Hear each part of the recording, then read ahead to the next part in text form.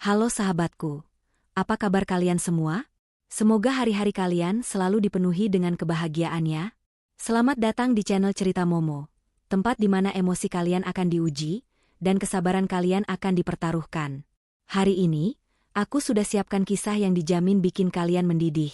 Bayangkan, sehari sebelum pernikahan, saat semua harusnya indah, seorang calon pengantin harus terbangun dalam keadaan botak.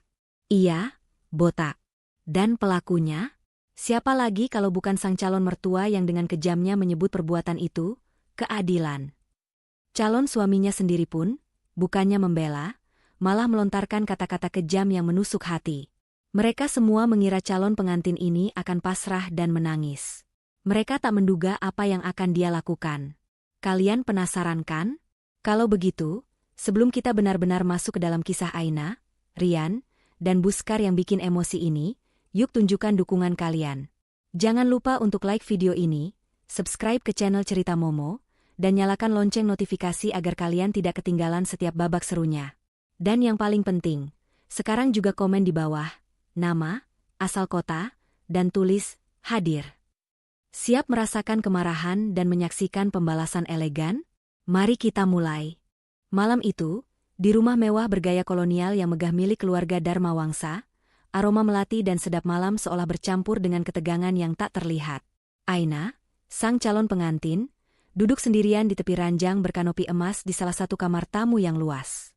Menurut tradisi kuno keluarga Dharma Wangsa, tradisi yang baru ia dengar seminggu terakhir, calon menantu harus menginap di rumah mertua pada malam sebelum hari pernikahan.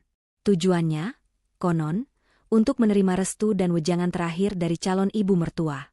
Namun, bagi Aina, malam itu terasa lebih seperti malam penahanan yang mewah. Sejak ia menginjakan kaki di rumah ini, ia merasa seperti boneka porselen yang diletakkan di tempat yang salah. Setiap sudut rumah memancarkan kekayaan, tetapi setiap interaksi memancarkan kebekuan. Aina, dengan kecantikan alami dan rambut hitam panjangnya yang berkilauan, selalu disambut dengan tatapan dingin dan sinis. Bukan dari sembarang orang, melainkan dari dua wanita paling berpengaruh di rumah itu, Buskar, calon ibu mertuanya, dan Dira, adik dari calon suaminya, Rian. Buskar adalah seorang matriarki dalam arti yang paling ketat. Tubuhnya yang ramping dan pakaiannya yang selalu berharga mahal menunjukkan statusnya, sementara tatapan matanya yang tajam menunjukkan otoritas absolut yang tak bisa diganggu-gugat. Ia memandang Aina dengan campuran rasa curiga dan penghinaan halus. Bagi Buskar, Aina hanyalah gadis cantik dari keluarga biasa yang beruntung mendapatkan Rian, putra sulungnya yang menjabat sebagai direktur utama di perusahaan properti keluarga, properti mahkota teratai. Buskar selalu menekankan bahwa pernikahan ini adalah anugerah bagi Aina, bukan sebaliknya. Aina selalu menelan komentar-komentar pedas itu, menyimpannya di tempat yang paling dalam, demi Rian, pria yang ia cintai. Atau setidaknya, pria yang ia yakini akan mencintainya. Di sisi lain, Dira, sang calon ipar, adalah api yang selalu memicu pertengkaran. Sebagai seorang desainer interior yang sedang naik daun, Dira cemburu pada kecantikan Aina dan perhatian Rian, sekecil apapun itu, yang diberikan pada Aina. Dira adalah sumber utama ide-ide, konyol, yang harus Aina patuhi, termasuk tradisi menginap mendadak ini. Dira selalu mencari celah untuk merendahkan Aina, mulai dari mengomentari model pakaian Aina yang dianggap terlalu biasa, hingga menyindir bahwa Aina tidak akan bisa mengurus rumah sebesar ini. Malam itu, setelah makan malam yang sunyi dan formal, Buskar mengantar Aina ke kamar tamu. "Aina," suara Buskar dingin dan tegas, "malam ini kamu harus tidur nyenyak. Besok adalah hari besar. Ingat, kamu akan menjadi anggota keluarga Dharma Wangsa. Anggota keluarga memiliki tanggung jawab. Jangan pernah mempermalukan nama kami." Aina tersenyum getir. "Tentu, Bu, saya akan mengingatnya." "Dan satu lagi," tambah Buskar, matanya menyapu rambut panjang Aina, "saya harap setelah menikah nanti, kamu tahu tempatmu. Jangan terlalu menonjol. Wanita di keluarga ini harus elegan, tetapi tidak mencolok." Aina hanya mengangguk, hatinya terasa sesak. Ia tahu, rambut panjangnya yang lebat dan hitam, satu-satunya hal yang selalu ia banggakan, adalah sasaran kritik Buskar. Itu adalah mahkota alaminya, dan Buskar tampaknya melihatnya sebagai simbol keangkuhan atau, lebih buruk, sebagai daya tarik yang tidak pantas untuk wanita yang sudah menikah. Begitu Buskar pergi, Aina segera mengeluarkan ponselnya. Ia membuka sebuah aplikasi terenkripsi. Di layar ponselnya terpampang logo perusahaan yang sama sekali tidak diketahui oleh keluarga Dharma Wangsa, Astra Konstruksi. Perusahaan itu adalah raksasa di bidang konstruksi, jauh lebih besar dan lebih stabil daripada properti mahkota teratai milik Rian. Dan yang paling mengejutkan, Aina adalah pemilik, pendiri, dan direktur utama dari Astra Konstruksi. Inilah rencana rahasia Aina. Rian dan keluarganya, termasuk Buskar, mengira Aina adalah seorang desainer interior lepas yang bekerja serabutan. Mereka tidak tahu bahwa Aina telah menghabiskan 5 tahun terakhir membangun kerajaan bisnisnya sendiri, menggunakan nama samaran dan pengacara kepercayaannya, Pak Jaya, sebagai perwakilan. Awalnya, Aina berencana untuk mengungkapkan identitasnya secara perlahan setelah menikah. Ia percaya bahwa kekayaan dan kekuasaan tidak harus ditunjukkan untuk mendapatkan rasa hormat. Ia ingin Rian mencintainya apa adanya. Ia juga ingin menikah dulu, mengamankan statusnya sebagai istri, sebelum ia mentransfer sebagian besar aset perusahaannya ke atas namanya sendiri, sehingga aset itu terlindungi oleh hukum pernikahan. Rian dan Buskar tahu Aina berencana menyuntikkan dana besar ke perusahaan mereka, tetapi mereka mengira itu hanyalah modal tabungan milik Aina. Mereka tidak pernah menduga bahwa seluruh aset mereka, properti mahkota teratai, akan menjadi proyek kecil di bawah bayang-bayang Astra Konstruksi. Rian sering memuji dirinya sendiri karena berhasil memikat wanita yang membawa dana segar yang ia pikir kecil itu. Aina menelepon sahabatnya, Santi. "Hei, San," bisik Aina pelan, khawatir suaranya terdengar, "aku merasa sangat tidak nyaman di sini. Mereka benar-benar memperlakukanku seperti anak bawang." Santi di ujung telepon terdengar cemas. "Aina, aku sudah bilang, jangan ikuti tradisi konyol itu. Mereka itu toksik. Rian harusnya membelamu." "Rian?" Dia sibuk mengatur meja tamu. Dia bilang, "Ibu hanya ingin yang terbaik untuk kita, sayang. Turuti saja." Aina menghela napas panjang. "Aku hanya ingin hari ini cepat berlalu, San. Aku ingin besok tiba, dan setelah kita menikah, aku akan mulai bergerak. Aku akan perlahan-lahan menunjukkan siapa aku sebenarnya, setelah semua aset itu terlindungi." "Tapi, Aina, bagaimana kalau mereka tidak berubah? Bagaimana kalau setelah kamu ungkapkan segalanya, mereka malah semakin serakah? Atau, bagaimana kalau Rian kecewa karena kamu membohonginya soal pekerjaanmu?" tanya Santi.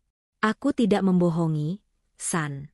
Aku hanya tidak mengatakan yang sebenarnya. Ada perbedaan. Dan ya, aku takut. Tapi aku sudah menyiapkan rencana B," ujar Aina, nadanya berubah serius. "Rencana B? Maksudmu dokumen rahasia yang sudah kamu tanda tangani dengan Pak Jaya?" "Ya. Pak Jaya sudah memegang surat kuasa penuh, dan dia tahu kapan harus menekan tombol eksekusi. Aku hanya perlu memberinya kata kunci. Seharusnya, kata kunci itu adalah untuk setelah pernikahan, jika terjadi apa-apa. Tapi, jujur saja, San, malam ini aku mulai berpikir, apakah aku harus menekan tombol itu sekarang, sebelum aku mengikatkan diri seumur hidup pada Rian." Santi terdiam sejenak. "Dengar, Aina. Tidur. Besok adalah hari haji. Kalau mereka melakukan satu kesalahan fatal lagi, sebelum janji suci terucap, tekan saja tombolnya. Jangan buang waktumu dengan orang yang tidak menghargaimu. Ingat, kamu adalah Astra Konstruksi. Kamu adalah kekuatan. Kamu tidak butuh mereka." Aina tersenyum, kekuatan Santi selalu membantunya. "Terima kasih, San. Aku akan tidur sekarang." Setelah menutup telepon, Aina meletakkan ponselnya di laci dan memandang keluar jendela. Bulan bersinar penuh, menerangi taman yang indah.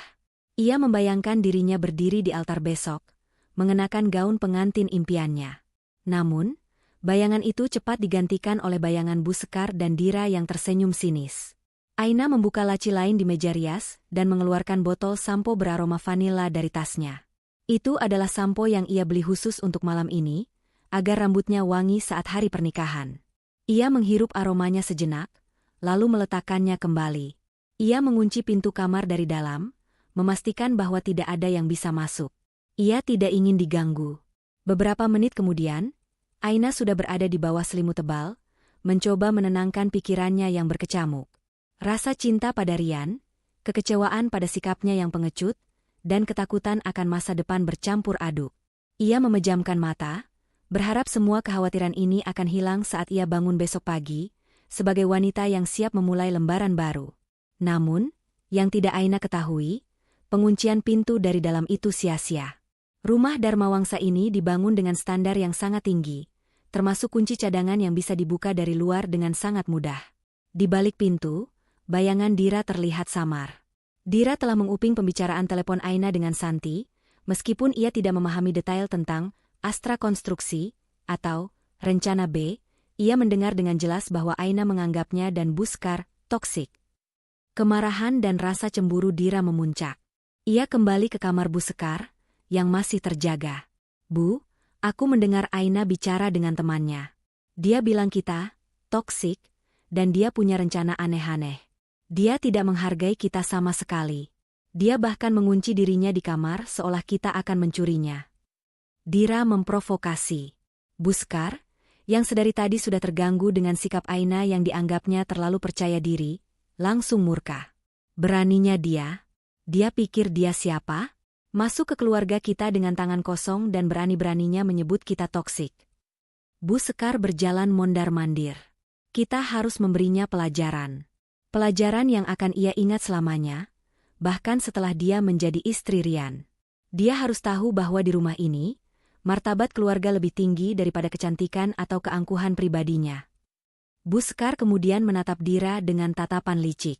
"Dira, ingat rambutnya yang panjang itu? Itu adalah satu-satunya kebanggaan yang ia miliki.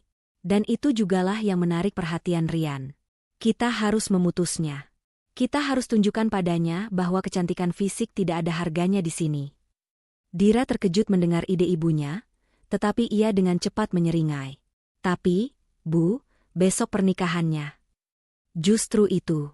Ini akan menjadi keadilan yang sesungguhnya. Dia harus tahu bahwa dia datang ke sini bukan untuk dipuja, melainkan untuk melayani dan patuh. Dia datang ke sini untuk kita bentuk ulang. Kita lakukan sekarang, saat dia tidur. Dia tidak akan menyadarinya sampai pagi. Ayo, ambil gunting taman kecil di gudang, yang paling tajam," perintah Buskar dengan suara mendesis. Dira, yang merasakan adrenalin dari tindakan jahat itu, segera bergegas.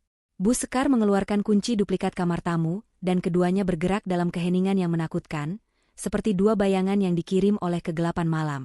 Buskar dan Dira menyelinap masuk ke kamar Aina.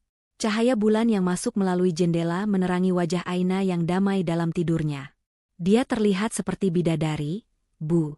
Rian akan marah," bisik Dira. "Rian? Rian akan lebih patuh pada kita setelah ini. Dia akan berpikir, ibu melakukannya demi kebaikan kita, demi mendidik istri yang patuh," jawab Buskar sinis. "Cepat, Dira. Potong rambutnya dari pangkalnya. Jangan biarkan sehelai pun tersisa." Dira, dengan tangan gemetar sekaligus penuh semangat, mulai menggerakkan gunting tajam itu di atas kepala Aina. Suara krek, krek, krek kecil yang teredam itu adalah suara kehancuran martabat. Rambut hitam panjang yang berkilauan, yang dipuja oleh banyak orang, jatuh ke lantai dalam tumpukan yang menyedihkan. Aina sempat mengerang sedikit dalam tidurnya, tetapi Buskar dengan cepat menekan pundaknya dan membisikkan kata-kata penghiburan palsu. "Tidur, sayang. Hanya mimpi indah." Buskar sendiri mengambil bagian rambut yang tersisa di sisi lain. Mereka berdua bekerja cepat, dengan presisi yang mengerikan. 15 menit kemudian, pekerjaan kotor itu selesai. Kepala Aina kini hanya menyisakan kulit kepala mulus. Buskar memandang rambut-rambut yang berserakan di lantai, lalu tersenyum puas. "Ini baru permulaan, Dira. Sekarang dia tahu siapa yang berkuasa di rumah ini. Dia adalah milik kita, dan kita akan membentuknya sesuai keinginan kita." Mereka berdua dengan hati-hati membersihkan potongan rambut yang jatuh di ranjang, memastikan tidak ada bukti yang tertinggal pada tubuh Aina, sebelum akhirnya keluar dari kamar, meninggalkan potongan rambut yang menyedihkan di lantai, tepat di samping meja rias. Malam itu, Aina tidur nyenyak, tidak menyadari bahwa di saat ia memejamkan mata, ia telah kehilangan mahkotanya. Ia tertidur dengan pikiran akan masa depan yang cerah, Sementara orang-orang yang ia harap akan menjadi keluarganya telah menjatuhkan hukuman, keadilan, yang kejam padanya. Keheningan di kamar itu terasa berat, menjadi saksi bisu kejahatan yang baru saja terjadi. Aina tertidur, siap menghadapi hari pernikahan yang ternyata sudah berubah menjadi panggung sandiwara balas dendam. Sinar matahari pagi yang lembut menyusup melalui celah tirai sutra di kamar tamu keluarga Dharma Wangsa. Pukul 6 pagi.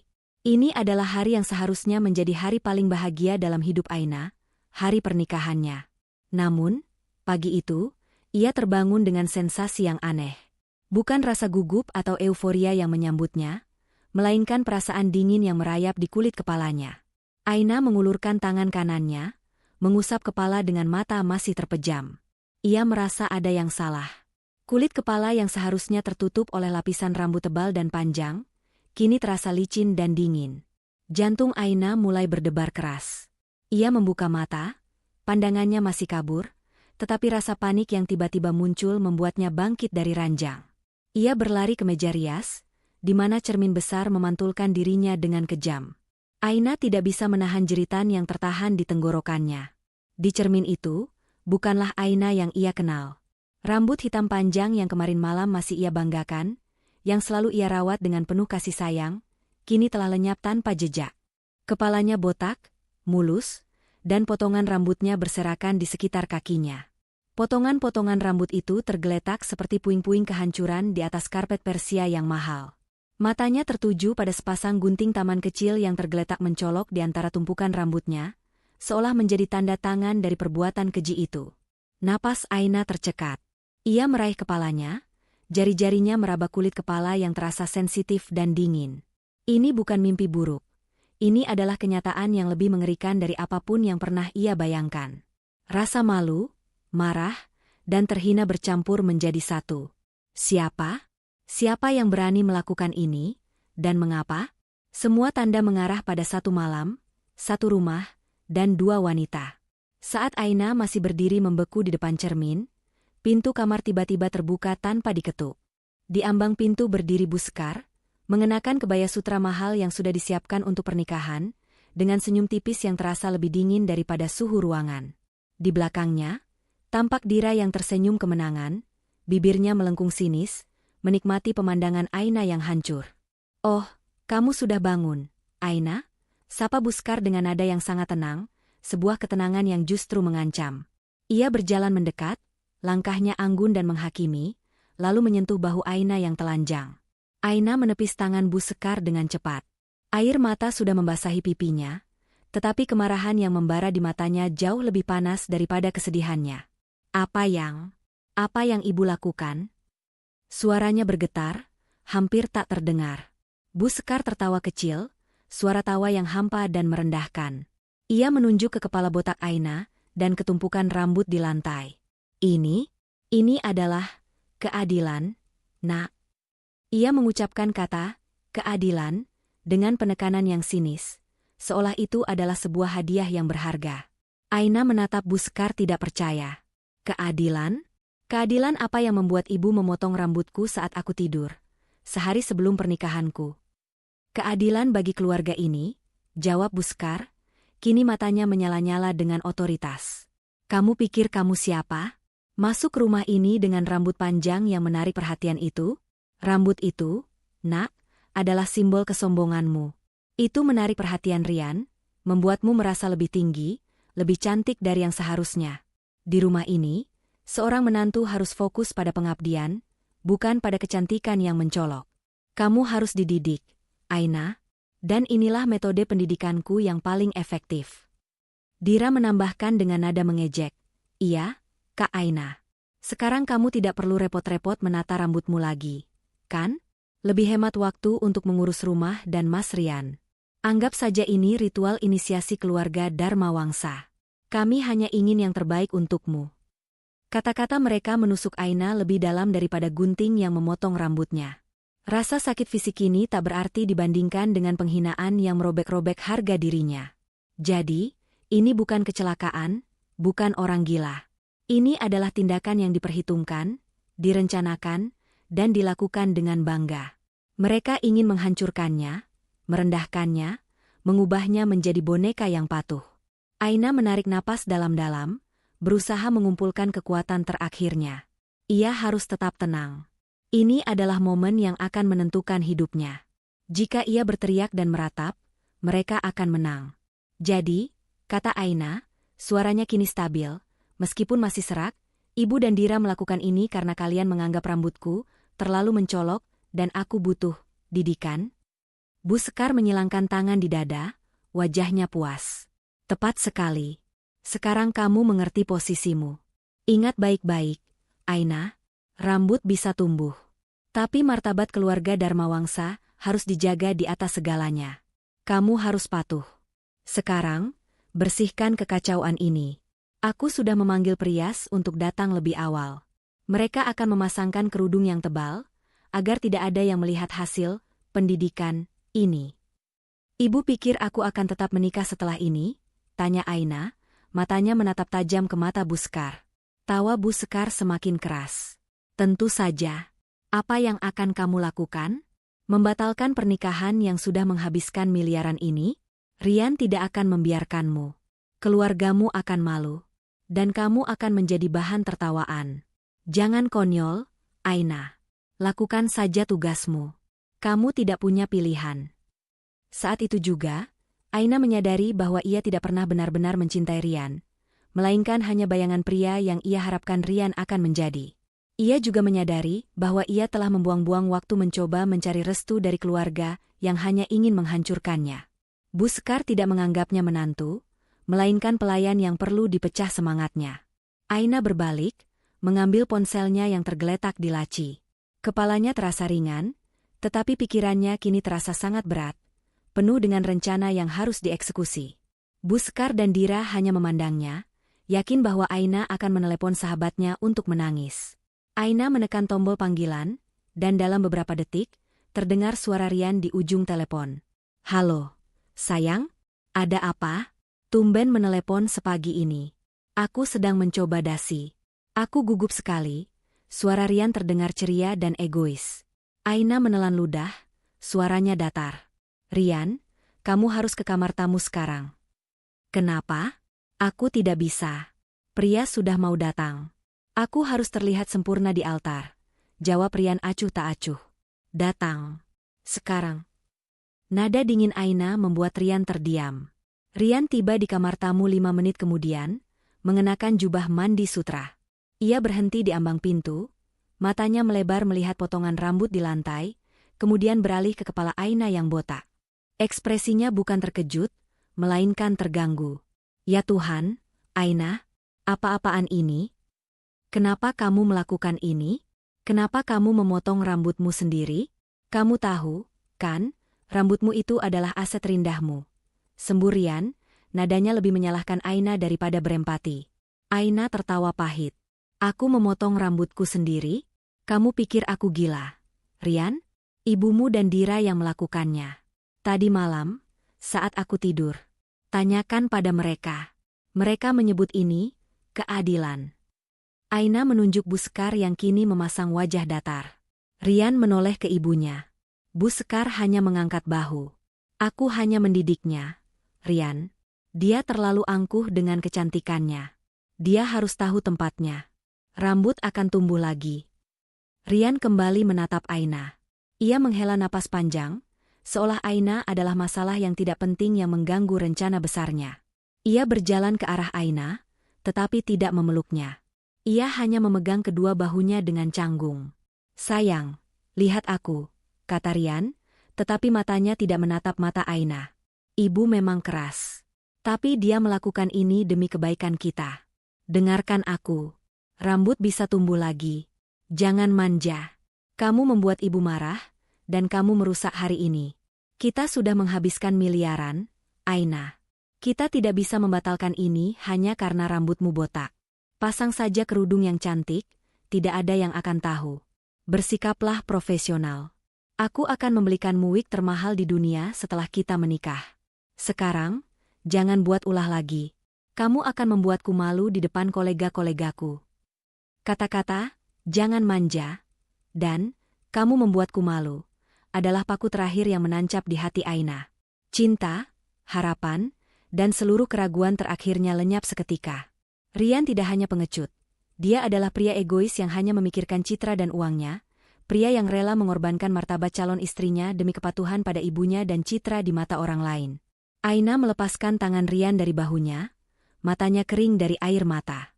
Ia kini tersenyum tipis, senyum yang sangat berbahaya, senyum yang tidak dilihat oleh Buskar dan Rian sebagai kelemahan, melainkan sebagai tanda kepasrahan yang salah mereka artikan.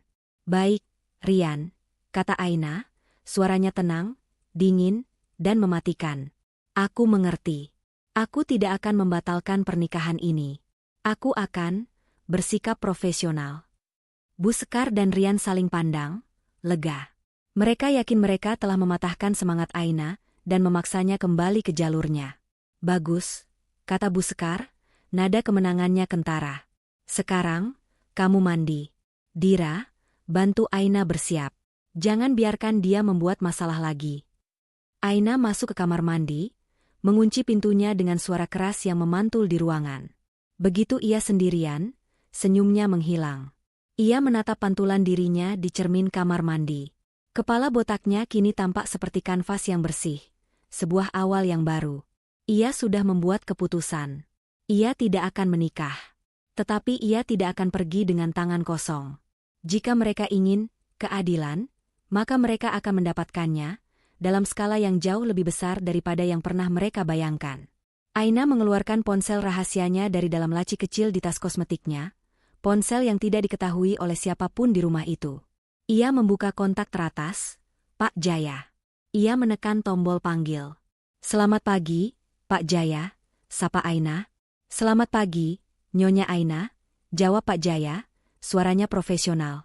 "Anda terdengar tenang, apakah semua lancar di sana?" "Tidak, Pak Jaya. Sama sekali tidak lancar," jawab Aina, suaranya tanpa emosi. "Mereka baru saja melancarkan keadilan versi mereka. Dan saya harus melancarkan keadilan versi saya." Ada keheningan singkat di ujung telepon. Pak Jaya adalah seorang pengacara veteran yang mengerti bahwa di dunia bisnis, ketenangan seperti ini seringkali mendahului badai terbesar. "Instruksi Anda, Nyonya?" Aina melihat kembali pantulan kepalanya yang botak di cermin, teringat kata-kata kejam Buskar dan Rian. Ia tidak akan menikah. Ia akan merobek mereka sepotong demi sepotong. "Pak Jaya, saya ingin Anda menarik semua dana yang terikat pada properti mahkota teratai. Tarik semua saham atas nama saya, dan bekukan semua rekening yang berhak saya akses atas nama perusahaan saya, Astra Konstruksi. Saya ingin perusahaan mereka, properti mahkota teratai, bangkrut sebelum jam 12 siang hari ini." "Tapi Nyonya, hari ini hari pernikahan Anda." "Tidak ada pernikahan, Pak Jaya. Lakukan sekarang. Saya ingin mereka syok, terlambat, dan jatuh ke tanah tepat di hari yang mereka rencanakan sebagai hari kemenangan mereka. Gunakan semua klausul dalam perjanjian rahasia kita. Tekan tombol eksekusi penuh. Saya akan mengurus sisanya di sini." Pak Jaya menghela napas. Dia tahu betul kekuatan Aina. "Baik, Nyonya Aina. Saya mengerti.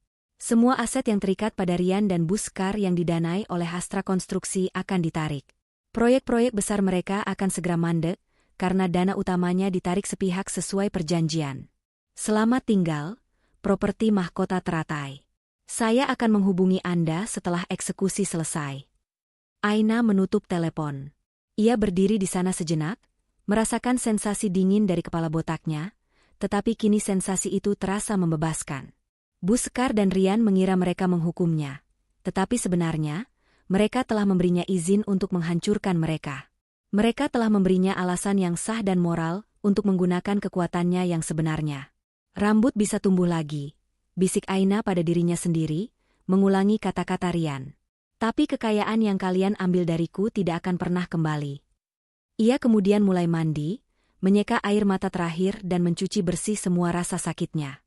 Ia tidak akan menjadi pengantin yang menangis. Ia akan menjadi ratu yang siap menuntut tahtanya kembali.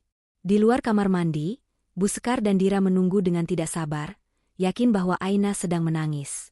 Rian sudah pergi, sibuk mencoba dasi barunya. Mereka sama sekali tidak menduga bahwa di dalam kamar mandi itu, seorang wanita botak yang hancur sedang bertransformasi menjadi pebisnis kejam yang siap menarik karpet dari bawah kaki mereka, meninggalkan mereka dalam kehinaan. Setelah panggilan telepon yang mengubah segalanya kepada Pak Jaya, yang kini sibuk menarik urat nadi keuangan properti mahkota teratai, Aina keluar dari kamar mandi dengan tatapan yang tenang, seolah tidak terjadi apa-apa. Ia mengenakan jubah mandi yang tersedia dan berjalan melewati kepala botaknya. Ia tidak lagi melihat dirinya sebagai korban. Ia melihat dirinya sebagai algojo yang sedang menyamar. Di luar, sudah ada 2 penata rias yang tampak bingung dan gugup, dipanggil terburu-buru oleh Buskar. Kedua wanita itu berusaha menyembunyikan keterkejutan mereka saat melihat kepala Aina yang mulus. Buskar berdiri di samping cermin rias, mengawasi dengan mata elang. Dira tersenyum licik sambil memegang sebuah kerudung putih tebal yang terbuat dari bahan paling mewah. "Lihat Aina," kata Buskar, suaranya kembali ke nada otoriter yang biasa ia gunakan. "Kami sudah menyiapkan kerudung khusus. Ini akan menutupi masalah kecilmu. Dan jangan khawatir, penata rias ini sangat profesional, mereka tidak akan bicara apa-apa. Mereka hanya tahu kamu ingin penampilan yang modest." Aina duduk di depan cermin, memandang pantulan dirinya. Di belakangnya, Buskar dan Dira berdiri mengapit, seperti 2 sipir penjara yang menjaga tahanan mereka. "Perias," perintah Buskar, "mulai riasannya. Waktu kita sempit." Saat penata rias mulai bekerja dengan wajah gugup, mencoba merias wajah Aina tanpa menyentuh kepalanya yang botak, Aina menyadari bahwa ini adalah kesempatan terakhirnya untuk berkomunikasi sebelum rencana pelariannya. Buskar sangat fokus pada riasan wajah dan pemasangan kerudung yang sempurna, sehingga perhatiannya terbagi. Aina perlahan mengulurkan tangannya di bawah meja rias, berpura-pura mengambil kuas, lalu secara diam-diam meraih ponselnya dari laci. Ia harus mengirim pesan kepada Santi, sahabatnya, yang merupakan satu-satunya orang yang tahu detail kecil dari rencana B. Aina. Di bawah meja, dengan gerakan jari yang lincah, Aina mengetik pesan yang sangat singkat namun penuh makna. "Kunci. Lokasi pernikahan. Segera. Jangan terlambat." Pesan itu bukan sekadar instruksi, tetapi juga kode. Kunci, merujuk pada Pak Jaya dan dokumen penarikan aset.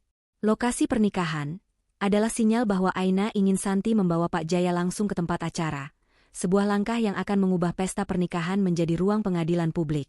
Buskar, yang sedang memilih anting-anting mutiara terbesar untuk Aina, melihat ke bawah. "Aina, apa yang kamu lakukan di bawah sana?" "Duduk tegak." Aina dengan cepat menyembunyikan ponselnya di saku jubah mandi. "Maaf, Bu. Kaki saya kram karena gugup." Dira mengambil alih dengan sigap. Ia mengambil kerudung putih itu dan mulai menumpuknya di kepala Aina. "Kerudung ini harus tebal, Kak. Benar-benar tebal. Kami tidak ingin ada celah udara yang membuat rahasia ini bocor. Kalau kamu bergerak sedikit saja dan kerudung ini miring, Mas Rian pasti akan sangat marah." Dira menekankan kata marah dengan penuh ancaman. Penata rias utama, seorang wanita tua berpengalaman, mencoba memasang mahkota kecil di atas lapisan kerudung tebal itu. Tiba-tiba, ia berbisik pada Aina, "Nona, maafkan saya. Tapi ini adalah kejahatan. Saya akan diam, tapi Nona harus melakukan sesuatu." Aina hanya membalas dengan senyuman misterius. Bahkan orang asing pun melihat ketidakadilan ini, tetapi Rian, calon suaminya, menutup mata. Sambil membiarkan Dira dan Buskar berdebat tentang cara memasang kerudung agar terlihat alami dan elegan di atas kepala botak itu, Aina memeriksa jam tangannya. Sudah hampir jam 8 pagi. Ia tahu, Pak Jaya sudah memulai eksekusi penarikan dana. Dalam 2 jam ke depan, properti mahkota teratai akan mulai goyah. Aina sadar ia harus keluar dari rumah ini sebelum Buskar dan Rian menyadari bahwa kepatuhannya adalah pura-pura. Ia harus meninggalkan mereka dalam kepastian bahwa pernikahan akan tetap berlangsung. "Buskar," kata Aina, memotong perdebatan tentang kerudung, "saya merasa mual. Bisakah saya ke toilet sebentar? Saya ingin menyegarkan diri sebelum gaun pengantin datang." Buskar curiga, tetapi ia tidak ingin Aina muntah di gaun pengantin. "Baik. Tapi Dira akan menemanimu sampai di depan pintu kamar mandi. Dan pastikan kamu tidak lama-lama. Waktu kita mendesak." Aina mengangguk. Ia berdiri, memastikan jubah mandi yang ia kenakan menutupi saku ponselnya. Ia berjalan pelan menuju kamar mandi yang ada di luar kamar tamu, diikuti oleh Dira yang menempel seperti lintah. "Jangan coba-coba, Kak Aina. Kalau kamu kabur, kami akan membuat hidupmu lebih sulit daripada sekadar botak," ancam Dira saat Aina masuk ke kamar mandi. "Aku tahu, Dira," jawab Aina dengan tenang dari dalam. "Tapi aku tidak akan kabur. Aku hanya ingin memastikan riasanku tidak luntur." Dira hanya mendengus dan berdiri menjaga di depan pintu. Di dalam kamar mandi, Aina dengan cepat mengeluarkan ponselnya. Ia membuka aplikasi pemesanan taksi online dengan nama samaran. Ia memesan mobil untuk menjemputnya di gerbang samping rumah Dharma Wangsa, dengan alasan pengemudi harus menunggu di sana, karena ada acara besar di depan. Pengemudi diminta menunggu tepat pukul 8.30 pagi. Aina kemudian mengambil selembar kertas tisu, dan dengan lipstik merah yang ia bawa dari tasnya, ia menulis sebuah pesan singkat di atasnya. Pesan ini harus ia tinggalkan agar kepanikan mereka tidak dimulai terlalu cepat, dan untuk memastikan Rian benar-benar terluka. Ia menempelkan tisu berisi pesan itu di cermin. Lalu, ia memasukkan ponsel rahasia itu ke dalam saku jubah mandinya dan mencuci wajahnya sekali lagi, seolah mencuci bersih semua sisa-sisa dirinya yang lama. Aina membuka pintu kamar mandi, ia tersenyum pada Dira, senyum yang membuatnya merinding. "Sudah selesai, Dira," kata Aina. "Ayo kita kembali. Aku ingin segera mengenakan gaun pengantin itu." Dira, yang sedikit bingung dengan kepatuhan Aina, mengantar Aina kembali ke kamar rias.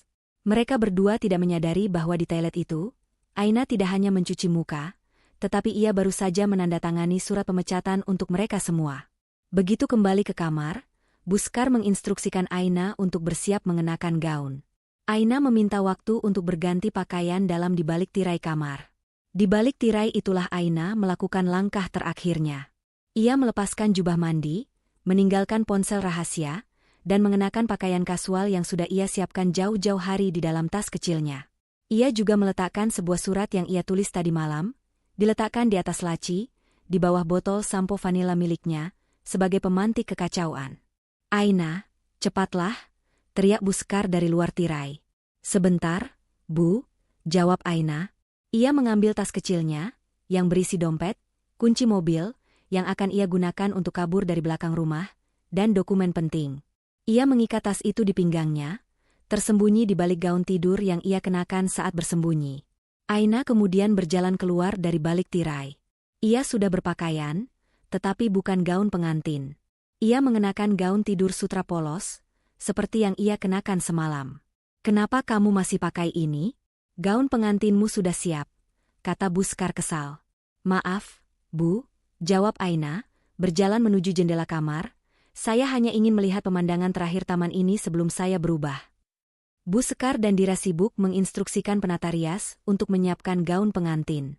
Mereka tidak memperhatikan Aina yang dengan cekatan membuka kunci jendela, lalu membuka jendelanya sedikit.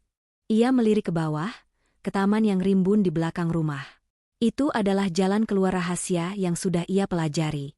"Aku akan kembali sebentar lagi, Bu," kata Aina. Ia meletakkan sepasang sandal tidur mewahnya di tepi jendela, seolah ia akan melompat. Saat Buskar dan Dira sibuk dengan gaun pengantin, Aina menarik napas terakhirnya di kamar itu. Pukul 8.25 pagi. Aina dengan cepat melangkah keluar melalui pintu utama kamar, bukan melalui jendela seperti yang ia tunjukkan. Ia berjalan cepat, tetapi tenang, menuruni tangga utama. Ia melihat beberapa pelayan sibuk mendekorasi aula. "Nyonya Aina, Anda mau kemana?" tanya salah seorang pelayan. "Saya hanya ingin menghirup udara segar di taman depan sebentar," jawab Aina dengan senyum menenangkan. Pelayan itu mengangguk. Aina berhasil mencapai pintu samping. Ia tahu mobil pesanannya sudah menunggu di gerbang samping. Ia mempercepat langkahnya, keluar dari pintu samping itu, dan berlari sekencang mungkin menuju gerbang. 5 menit kemudian, tepat pukul 8.30 pagi, Aina sudah berada di dalam mobil taksi online, memacu gas menjauh dari rumah mewah itu. Sementara itu, di kamar tamu, Buskar mulai panik. "Di mana Aina? Sudah 10 menit. Dira, cari dia. Jangan-jangan dia benar-benar kabur." Dira berlari keluar dari kamar, mencari Aina. Ia kembali dengan tangan kosong. "Dia tidak ada, Bu, tapi ada ini. Dira mengambil surat yang ditinggalkan Aina di laci dan memberikannya kepada Bu Sekar. Bu Sekar merobek surat itu dengan tergesa-gesa. Di dalamnya tertulis dengan lipstik merah, "Aku tidak bisa menikah dengan pria yang membiarkan ibunya menghinaku. Keadilan sejati akan segera datang." Teriakan Bu Sekar yang melengking memenuhi seluruh rumah Dharma Wangsa. Kepanikan total baru saja dimulai. Pengantin telah menghilang, dan keadilan sejati akan segera menyusul, menghantam properti mahkota teratai.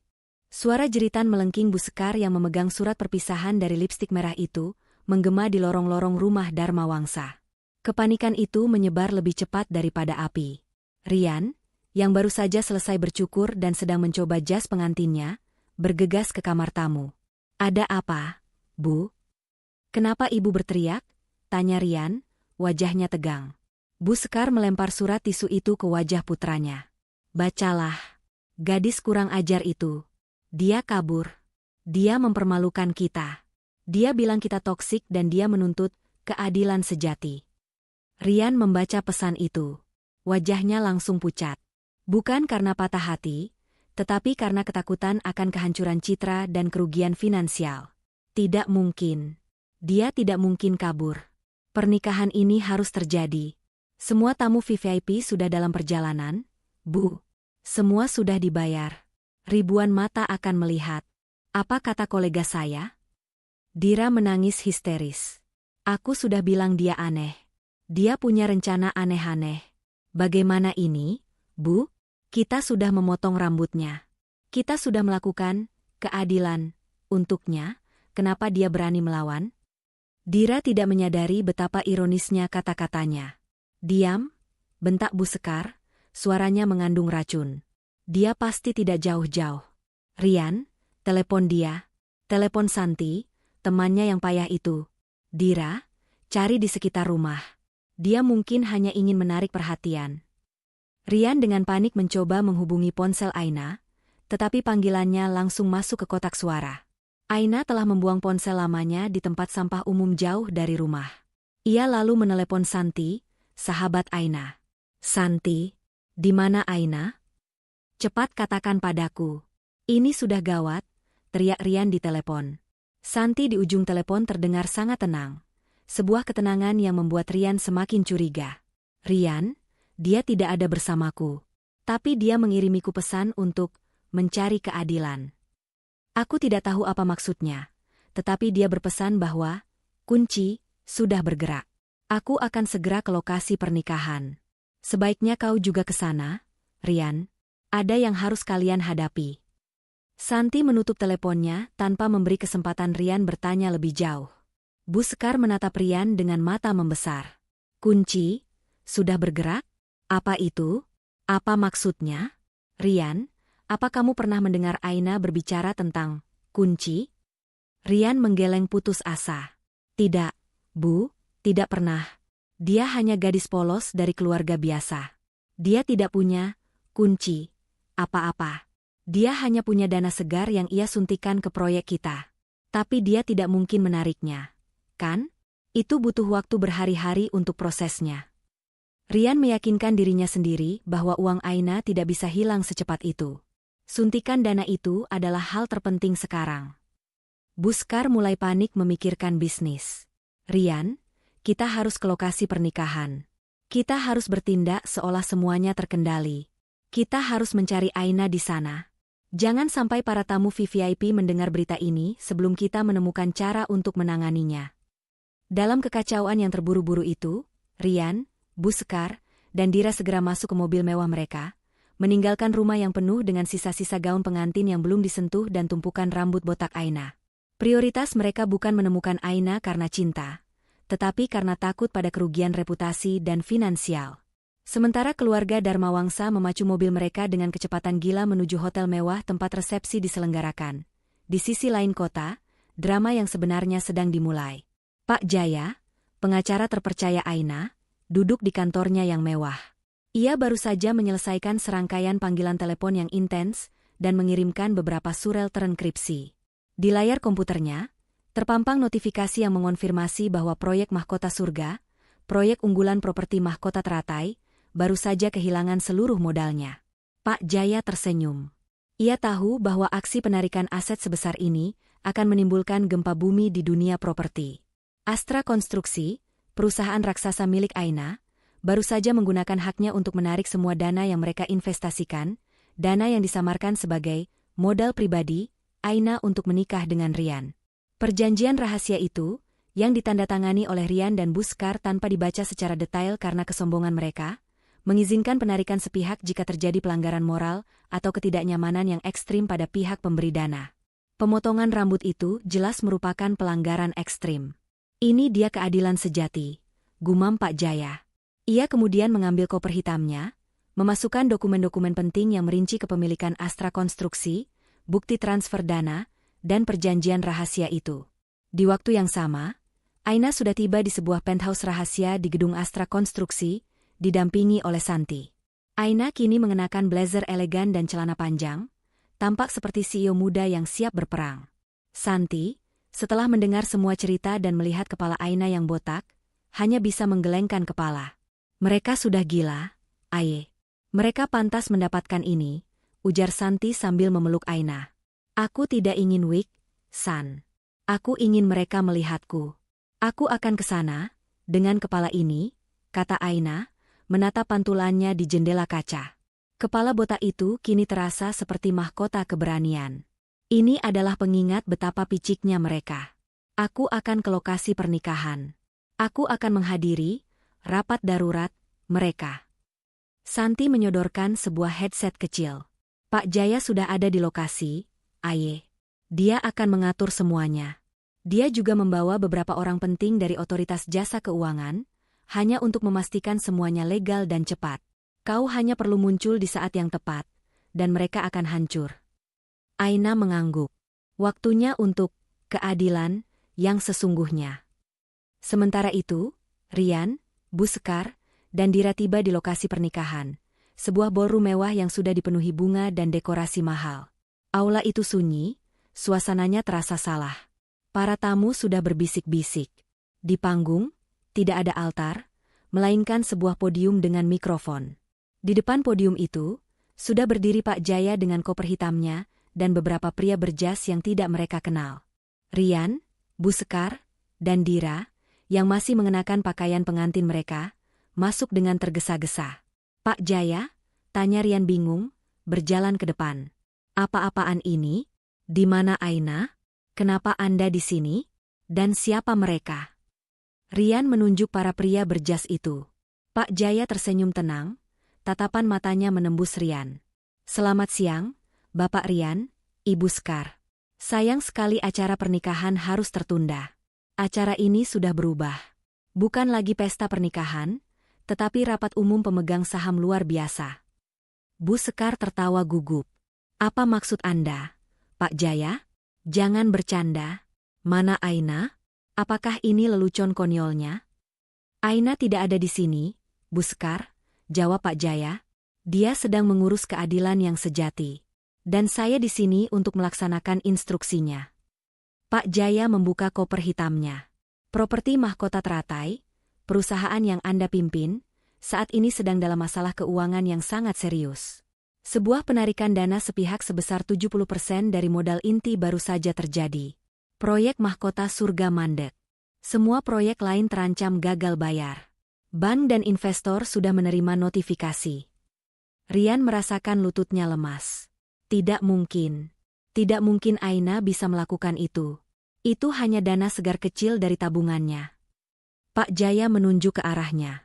Anda salah, Tuan Rian. Dana itu bukan hanya tabungan. Dana itu adalah investasi dari Astra Konstruksi. Dan Nyonya Aina, wanita yang Anda hina dan paksa patuh, adalah pemilik tunggal dan CEO dari Astra Konstruksi. Seluruh ballroom terdiam. Bisikan berubah menjadi keheningan yang mematikan. Rian, Buskar, dan Dira menatap Pak Jaya dengan ekspresi horor, menyadari bahwa mereka tidak hanya kehilangan calon menantu yang cantik, tetapi juga seluruh kerajaan bisnis mereka. Mereka baru saja menghancurkan orang yang selama ini diam-diam menopang kemewahan mereka. Keheningan di ballroom mewah itu terasa memekakan telinga, hanya diselingi oleh suara lirih dari Buskar yang kini tidak bisa mengeluarkan kata-kata. Wajahnya, yang tadi pagi penuh dengan kepuasan sinis, kini berubah menjadi topeng horor. Rian berdiri membeku, otaknya berputar mencari celah. Dira mulai merengek, menyadari bahwa bukan hanya reputasi mereka yang hancur, tetapi juga gaya hidup mewah mereka. Pak Jaya, pengacara Aina, mengambil kesempatan dalam kekacauan itu. Tuan Rian, Nyonya Sekar, Anda menuduh calon istri Anda tidak sederajat. Anda merendahkannya. Dan yang paling fatal, Anda melanggar kesepakatan moral yang secara jelas tertulis dalam perjanjian investasi Anda dengan Astra Konstruksi. Sekarang, Anda harus menerima konsekuensinya. Rian tiba-tiba maju, matanya memerah. Ini bohong. Anda hanya pengacara murahan yang disewa Aina untuk menakut-nakuti kami. Aina tidak punya perusahaan. Dia hanya punya tabungan. Di mana Aina? Suruh dia muncul. Saya akan menikahinya sekarang juga, dan semua ini akan selesai. Tepat saat Rian meneriakkan tantangan itu, pintu utama ballroom terbuka dengan dentuman keras. Semua mata tertuju ke pintu. Berdiri di ambang pintu, bukanlah pengantin wanita yang mengenakan gaun putih dan kerudung tebal. Yang berdiri di sana adalah Aina, mengenakan setelan blazer berwarna gelap yang tajam dan berkelas, memancarkan aura kekuatan dan kecerdasan. Ia melangkah masuk dengan kepala tegak. Kepalanya botak mulus dan tidak ditutupi apapun. Ia menampakkan keadilan versi Bu Sekar dengan penuh kebanggaan, seolah kepala botak itu adalah mahkota yang jauh lebih berharga daripada mahkota berlian. Suara bisikan para tamu, yang tadinya lirih, kini meledak menjadi gumaman terkejut. Mereka melihat kepala botak itu, setelan mahal itu, dan tatapan mata yang penuh otoritas, bukan air mata. Aina berjalan perlahan, langkahnya mantap, melewati deretan tamu yang terkejut, sampai ia berdiri di sebelah Pak Jaya. Ia tidak menunjukkan rasa malu sedikitpun. Saya ada di sini, Rian, kata Aina, suaranya terdengar jernih dan kuat, tidak ada lagi jejak kegugupan atau kesedihan. Rian menatapnya dari ujung kepala hingga ujung kaki. Wajahnya berganti-ganti antara kemarahan, penyesalan, dan ketakutan. Aina, apa-apaan penampilanmu ini? Kenapa kamu tidak pakai gaunmu? Kenapa kepalamu? Kenapa kepalaku botak? Potong Aina dingin. Tanyakan pada ibumu, Rian. Dia menyebutnya keadilan. Dia bilang ini agar aku tahu tempatku, agar aku tidak terlalu mencolok. Bu Sekar, yang kini sudah mendapatkan kembali sedikit kekuatannya, mencoba berteriak. Kamu sudah merusak segalanya. Kamu mempermalukan kami. Kamu akan menyesal. Aina mengalihkan pandangannya dari Rian ke Bu Sekar. Menyesal? Saya menyesal karena tidak melakukannya lebih cepat. Saya menyesal karena hampir mengikatkan diri pada keluarga yang menilai martabat seseorang berdasarkan panjang rambutnya, bukan integritas atau kecerdasannya. Aina kemudian menoleh ke kerumunan tamu dan kolega bisnis. Banyak di antara mereka adalah mitra dari properti mahkota teratai. Bapak dan Ibu sekalian, Aina mulai berbicara, suaranya bergema di mikrofon yang disiapkan Pak Jaya. Anda semua diundang untuk merayakan pernikahan. Namun, pernikahan itu telah dibatalkan. Sebagai gantinya, Anda akan menyaksikan pengungkapan fakta. Faktanya adalah, properti mahkota teratai tidak pernah didanai oleh tabungan seorang desainer interior lepas. Itu didanai oleh Astra Konstruksi. Aina menoleh ke Rian dan Bu Sekar, memberikan senyum sinis yang mematikan. Rian dan Bu Sekar selalu merendahkan saya, mengira saya hanyalah donatur kecil yang beruntung mendapatkan dharma wangsa.